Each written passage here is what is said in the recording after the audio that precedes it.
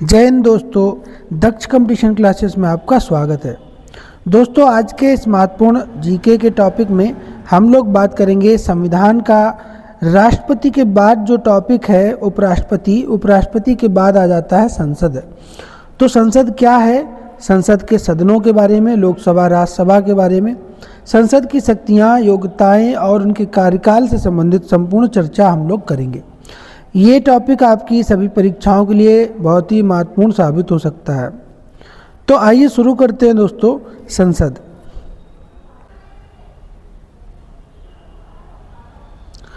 सबसे पहले संसद क्या है? तो संसद भारत की संघीय विधायिका है। संसद जनता द्वारा निर्वाचित प्रतिनिधियों की एक सभा है जहां पर जनता के लिए चुने हुए प्रतिनिधि कानून बनाते हैं। अब दोस्तों बात करते हैं संसद के अंग की। तो भारतीय संसद के 3 अंग होते हैं। संसद के अंग के नाम हैं नंबर 1 लोकसभा, नंबर 2 राज्यसभा और नंबर 3 राष्ट्रपति। राष्ट्रपति भी भारतीय संसद का अभिन्न अंग कहलाता है। इसलिए किसी भी विधेयक को कानून बनाने के लिए राष्ट्रपति की मंजूरी लेनी आवश्यक होती है। संसद में सदन, तो संसद के मुख्य रूप से 2 सदन होते हैं दोस्तों। पहला होता है राज्यसभा और दूसरा होता है लोकसभा। अब इसके बात करते हैं दोस्तों संसद के सदन की। तो संसद की अगर बात करी जाए तो भारतीय संविधान का अनुच्छेद 79 जो है दोस्तों वो संसद का गठन करता है। और अगर राज्यसभा की बात करें हम लोग, तो राज्यसभा एक स्थायी सदन है जो कभी भी भंग नहीं होती है। इसे ऊपरी सदन या पढ़े लिखों का सदन या धनिकों का सदन भी कहा जाता है। राज्यसभा के सदस्यों का कार्यकाल दोस्तों 6 वर्ष होता है और अनुच्छेद 80 में राज्यसभा का प्रावधान किया गया है। इसके बाद हम लोग बात करेंगे लोकसभा की। तो लोकसभा निम्न सदन या लोकप्रिय सदन है। इसमें जनता द्वारा प्रत्यक्ष चुने हुए सदस्य होते हैं तथा इनका कार्यकाल 5 वर्ष का होता है। लोकसभा का नेता ही प्रधानमंत्री होता है। लोकसभा का गठन दोस्तों अनुच्छेद 81 में किया जाता है। इसके बाद हम लोग बात करेंगे संसद के सत्र की। तो संसद के सत्र सामान्यतः वर्ष में 3 बार होते हैं। पहला सत्र जो होता है बजट सत्र होता है, जिसे हम आम सत्र भी कहते हैं, जो फरवरी से मार्च में होता है और इसमें वित्त वर्ष का बजट पेश किया जाता है। जबकि दूसरा सत्र मानसून बजट कहलाता है जो जुलाई अगस्त में आयोजित होता है। तीसरा सत्र दोस्तों दिसंबर से जनवरी में आयोजित होता है, जिसे शीतकालीन सत्र कहते हैं। संसद के किन्हीं भी 2 सत्रों के बीच 6 माह से अधिक का अंतर नहीं होता है। संसद के सत्र आहूत करने तथा सत्रावसान करने का अधिकार सिर्फ राष्ट्रपति को होता है। इसके बाद बात करते हैं संसद के संयुक्त अधिवेशन की। तो जब किसी विधेयक को लोकसभा से पारित कर दिया जाता है परंतु राज्यसभा से मंजूरी नहीं मिलती है, तो उस स्थिति में संसद की संयुक्त बैठक को बुलाया जाता है। संसद की संयुक्त बैठक का उल्लेख संविधान के अनुच्छेद 108 में किया गया है। अब दोस्तों बात करते हैं राज्यसभा की। तो राज्यसभा की अगर फुल जानकारी की बात करी जाए तो भारतीय संविधान का अनुच्छेद 80 संसद के उच्च सदन के रूप में राज्यसभा का उल्लेख करता है। राज्यसभा के सदस्यों की अधिकतम संख्या 250 हो सकती है, परंतु वर्तमान में यह संख्या 245 है। राज्यसभा में 233 सदस्यों का चुनाव 29 राज्यों से तथा 2 केंद्र शासित प्रदेश दिल्ली और पांडिचेरी से के विधानमंडल द्वारा किया जाता है। इसमें 12 सदस्य दोस्तों राष्ट्रपति द्वारा मनोनीत किए जाते हैं, जो ऐसे व्यक्ति होते हैं जिन्हें कला, साहित्य, विज्ञान, समाज सेवा, सहकारिता क्षेत्र और खेल के क्षेत्र में बहुत अच्छा ज्ञान या अनुभव प्राप्त होता है। राज्यसभा का गठन 6 वर्ष के लिए दोस्तों होता है। राज्यसभा एक स्थायी सदन है जो कभी भी भंग नहीं किया जा सकता। प्रत्येक 2 वर्ष बाद इसके 1/3 सदस्य अवकाश ग्रहण करते हैं और उनके स्थान पर नए सदस्य चुने जाते हैं। इसके बाद बात करते हैं राज्यसभा के सदस्यों की योग्यताओं की। तो राज्यसभा के सदस्यों की योग्यताएं निम्नलिखित होती हैं। नंबर 1, वह भारत का नागरिक हो। नंबर 2, उसकी आयु 30 वर्ष से कम ना हो। नंबर 3, वह किसी लाभ के पद पर ना हो और विकृत या मस्तिष्क से पागल या दिवालिया ना हो। राज्यसभा का उम्मीदवार होने के लिए उस राज्य में संसदीय क्षेत्र में मतदाता होना उसका आवश्यक होता है जिस राज्य से वह चुनाव लड़ रहा हो। अब बात करेंगे दोस्तों राज्यसभा के सभापति की। तो भारत का उपराष्ट्रपति राज्यसभा का पदेन सभापति होता है तथा राज्यसभा अपने में से किसी एक सदस्य को उपसभापति निर्वाचित करता है। सभापति की अनुपस्थिति में उपसभापति सभापति के कर्तव्यों का पालन करता है। उपसभापति को राज्यसभा के सदस्यों द्वारा अपने कुल बहुमत से प्रस्ताव पारित करके हटाया जा सकता है।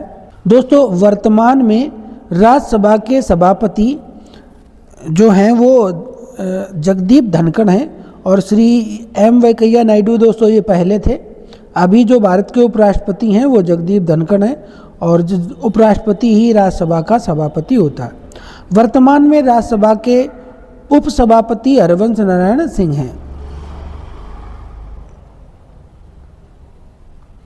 राज्यसभा के कार्य एवं शक्तियों की बात करें तो राज्यसभा लोकसभा के साथ मिलकर के कानून बनाती है तथा संविधान में संशोधन करती हैं।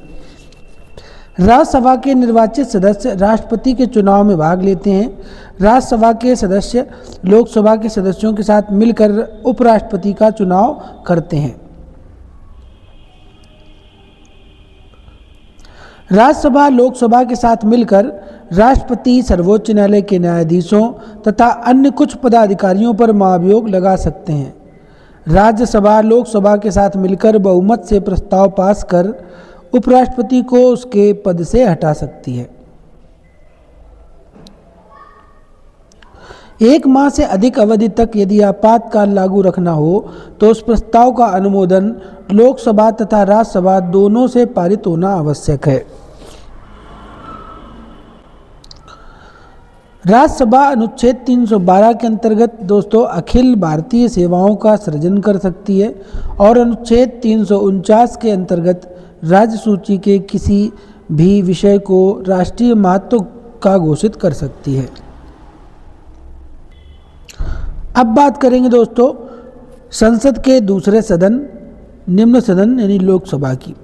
तो भारतीय संविधान के अनुच्छेद 81 के अंतर्गत लोकसभा का गठन 5 वर्ष के लिए किया जाता है। संघीय संसद का निम्न अथवा लोकप्रिय सदन लोकसभा कहलाती है।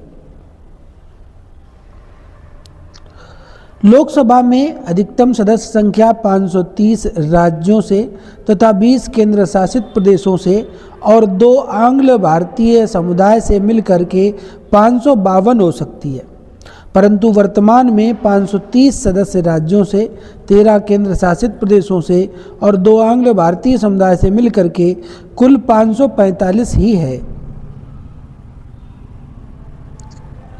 लोकसभा की अधिकतम संख्या दोस्तों 552 हो सकती है, जैसा कि हमने ऊपर पढ़ा है। वर्तमान में इसकी व्यवहारिक संख्या जो है दोस्तों वो 545 है, जिसमें 2 सदस्यों को राष्ट्रपति द्वारा मनोनीत किया गया है जो आंग्ल भारतीय समुदाय का प्रतिनिधित्व करते हैं। 84वें संविधान संशोधन अधिनियम 2001 के अनुसार तथा विधानसभा की सीटों की संख्या में वर्ष 2026 तक कोई परिवर्तन नहीं किया जाएगा, ऐसा तय किया गया है। अब बात करते हैं लोकसभा के सदस्यों की योग्यताओं की। तो लोकसभा के सदस्यों की योग्यताएं संविधान में निम्न प्रकार से रखी गई हैं, जैसे एक भारत का नागरिक हो और उसकी आयु कम से कम 25 वर्ष या उससे अधिक हो, भारत सरकार अथवा किसी राज्य सरकार के अंतर्गत किसी लाभ के पद को धारण न करता हो, वह किसी न्यायालय अथवा दिवालिया न ठहराया गया हो तथा पागल न हो, वह संसद द्वारा बनाए गए किसी कानून द्वारा अयोग्य नहीं ठहराया गया हो। कोई भी व्यक्ति संसद की सदस्यता से वंचित किया जा सकता है यदि वह स्वेच्छा से उस दल की सदस्यता त्याग देता है जिसके टिकट से वह सदन का सदस्य निर्वाचित हुआ था, वह पार्टी के निर्देशन के विरुद्ध वोट देता है अथवा वोट देने नहीं जाता है तो भी उसकी सदस्यता से उसे वंचित किया जा सकता है, अथवा वह बिना बताए 60 दिन तक सदन से अनुपस्थित रहता है तो भी उसकी सदस्यता से उसे वंचित किया जा सकता है। अब बात करेंगे लोकसभा के सदस्यों के कार्यकाल की। तो लोकसभा का कार्यकाल 5 वर्ष होता है। प्रधानमंत्री के परामर्श के आधार पर राष्ट्रपति द्वारा लोकसभा को समय से पहले भी भंग किया जा सकता है। आपातकाल की घोषणा लागू करने पर संसद विधि द्वारा लोकसभा के कार्यकाल में वृद्धि कर सकती है जो एक बार में 1 वर्ष से अधिक नहीं होती है। इसके बाद हम लोग बात करेंगे दोस्तों लोकसभा के अधिवेशन की। तो लोकसभा और राज्यसभा के अधिवेशन राष्ट्रपति द्वारा बुलाए जाते हैं और स्थगित भी किए जाते हैं। इस संबंध में नियम केवल यह है कि लोकसभा की 2 बैठकों में 6 माह से अधिक का अंतर नहीं होना चाहिए। इसके बाद लोकसभा की शक्तियां एवं कार्य की बात करते हैं। तो राज्यसभा तथा राष्ट्रपति के साथ मिलकर लोकसभा कानून का निर्माण करती है। लोकसभा तथा राज्यसभा मिलकर राष्ट्रपति तथा सर्वोच्च न्यायालय और उच्च न्यायालयों के न्यायाधीशों के विरुद्ध महाभियोग का प्रस्ताव पास करती है। राज्यसभा द्वारा पारित उपराष्ट्रपति के पद से हटाने के प्रस्ताव पर लोकसभा का अनुमोदन आवश्यक है। राष्ट्रपति द्वारा की गई संकट काल की घोषणा को 1 माह के अंदर संसद से स्वीकृत होना आवश्यक है। इसके बाद बात करेंगे लोकसभा अध्यक्ष और उपाध्यक्ष की।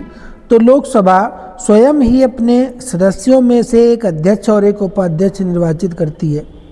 उनका कार्यकाल लोकसभा के कार्यकाल तक अर्थात समय से पूर्व भंग न होने की स्थिति में 5 वर्ष तक होता है, परंतु इस अवधि के अंदर अध्यक्ष तथा उपाध्यक्ष विचार से अपने पदों से त्यागपत्र दे सकते हैं तथा उन्हें उनके पद से लोकसभा द्वारा 3/4 मत से पारित प्रस्ताव द्वारा भी हटाया जा सकता है। इसके बाद दोस्तों हम लोग बात करेंगे लोकसभा एवं राज्यसभा में प्रतिनिधित्व की, जो कि विभिन्न राज्यों से चुन करके आता है। तो सबसे पहले आंध्र प्रदेश से लोकसभा में 25 सदस्य और दोस्तों राज्यसभा में 11 सदस्य चुने जाते हैं। असम से लोकसभा में 14 और राज्यसभा में 7 सदस्य होते हैं। बिहार से लोकसभा में 40 सीटें और राज्यसभा के लिए 16 सीटों का आवंटन किया गया है, जबकि गुजरात से लोकसभा में 26 और राज्यसभा में 11 सीटों का प्रावधान है। जम्मू कश्मीर से लोकसभा में 6 और राज्यसभा में 4 सीटों का प्रावधान है। केरल में लोकसभा से 20 और राज्यसभा से 9, जबकि मध्य प्रदेश में लोकसभा से 29 सीटें और 11 सीटें राज्यसभा के लिए चुनी जाती हैं। महाराष्ट्र से लोकसभा में 48 सीटें हैं और राज्यसभा में 19 सीटों का चयन किया जाता है। कर्नाटक से लोकसभा में दोस्तों 28 और राज्यसभा में 12 सीटें चुनी जाती हैं। उड़ीसा से लोकसभा में 21 और राज्यसभा में 10 सीटें चुनी जाती हैं। पंजाब से लोकसभा में 13 सीटों का चुनाव होता है, जबकि राज्यसभा में 7 सदस्य चुने जाते हैं। राज्यसभा में राजस्थान में लोकसभा से 25 सीटें और राज्यसभा से 10 सीटों का चयन होता है। तमिलनाडु में लोकसभा के लिए 39 सीटें हैं और राज्यसभा के लिए 18 सीटें हैं। उत्तर प्रदेश में दोस्तों सर्वाधिक लोकसभा की और सर्वाधिक राज्यसभा की सीटें हैं, जिसमें से लोकसभा के लिए 80 सीटें और राज्यसभा के लिए 31 सीटों का प्रावधान किया गया है। हिमाचल प्रदेश से लोकसभा में 4 और राज्यसभा में 3 सीटें हैं। पश्चिम बंगाल से लोकसभा में 42 और राज्यसभा में 16 सीटें हैं, जबकि हरियाणा से दोस्तों लोकसभा में 10 और राज्यसभा में 5 सीटें हैं।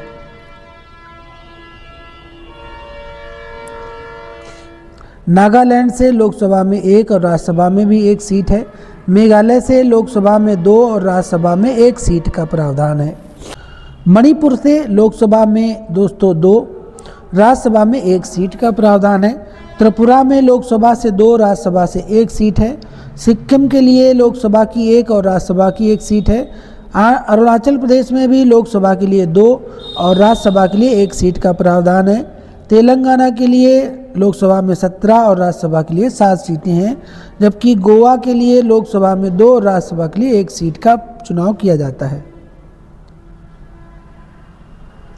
मिजोरम के लिए लोकसभा में 1, राज्यसभा में 1, छत्तीसगढ़ के लिए लोकसभा में 11, राज्यसभा में 5, उत्तराखंड के लिए लोकसभा में 5 और राज्यसभा में 3 सीटें, झारखंड के लिए लोकसभा में 14, राज्यसभा में 6 सीटों का प्रावधान है।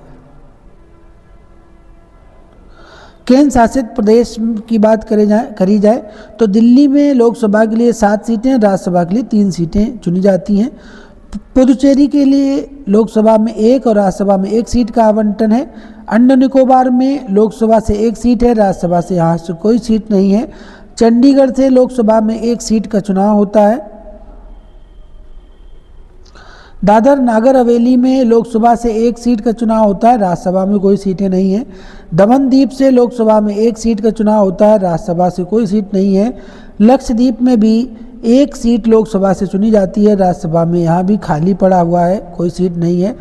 नामित सदस्य दोस्तों 2 किए जाते हैं लोकसभा में, और राज्यसभा के लिए 12 सदस्यों का नामकरण राष्ट्रपति द्वारा किया जाता है। कुल सदस्य लोकसभा में 543 होते हैं, 2 नामित किए जाते हैं, तो वर्तमान में 545 हैं। और राज्यसभा के लिए कुल सदस्य 245 हैं, 12 सदस्य जो है वो राष्ट्रपति के द्वारा चुने जाते हैं। तो ये था दोस्तों आज के संविधान का महत्वपूर्ण टॉपिक। दोस्तों मुझे उम्मीद है कि आपको ये पोस्ट अच्छी लगी होगी। यदि आपको हमारी पोस्ट अच्छी लगी है तो इसे अपने दोस्तों में शेयर ज़रूर कीजिएगा। फिर मिलते हैं अगले टॉपिक के साथ। जय हिंद, जय भारत।